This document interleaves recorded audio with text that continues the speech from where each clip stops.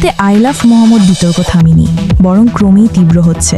সাম্প্রতিক সামাজিক যোগাযোগ মাধ্যমে সোশ্যাল মিডিয়ায় ব্যাপকভাবে ভাইরাল হওয়ায় মানুষরা তীব্র নিন্দা ও প্রতিবাদ জানাচ্ছে। এই ইস্যু ঘিরে সোমবার লখনৌর রাস্তায় মুসলিম নারীরা প্রতিবাদ জানিয়েছেন। শায়ের মনাওয়ার রানার কন্যা ও সমাজবাদী পার্টির নেত্রী সুমাইয়া রানার নেতৃত্বে হাতে আই লাভ মোহাম্মদ লেখা প্ল্যাকার্ড নিয়ে তারা বিধানসভা ভবন পর্যন্ত পৌঁছে স্লোগান দেন। হঠাৎ তারা বিধান ভবনের গেট নম্বর 4-এর সামনে গেলে পুলিশ তাদের সরানোর চেষ্টা করে। এতে বাকবিতণ্ডা হয়। পরে পুলিশ তাদের আটক করে ইকো গার্ডেনে নিয়ে গিয়ে ছেড়ে দেয়। এ ঘটনার পরে রাজনীতিতেও উত্তাপ ছড়ায়।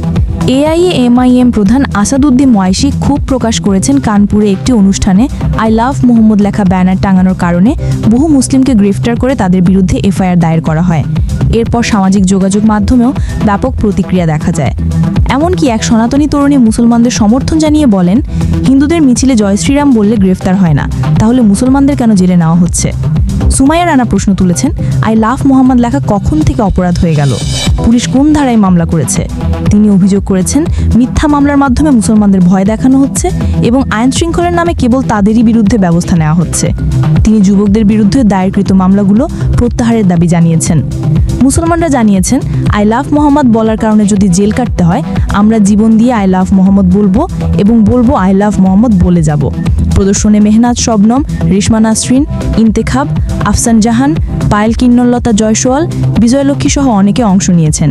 সুমাইয়া জান্নাত, জিএম টেলিভিশন। চোখ রাখুন জিএম টেলিভিশনের ফেসবুক পেজ ও ইউটিউব চ্যানেলে। সত্যের সন্ধানে সবার আগে জিএম টেলিভিশনের সাথেই থাকুন।